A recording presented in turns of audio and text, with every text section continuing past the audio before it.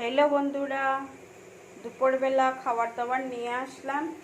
এখানে আছে কাঁচকলার বড়া, লেবু, এখানে আছে ডাল, অরল ডাল, আর এখানে আছে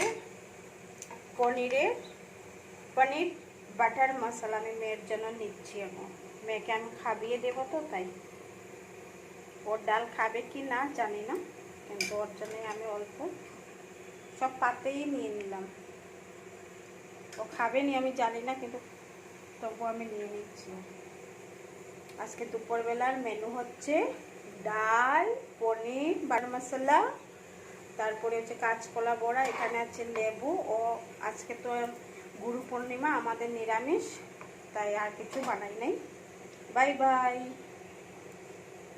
যদি ভালো লাগে করবে, কমেন্ট করবে প্লিজ।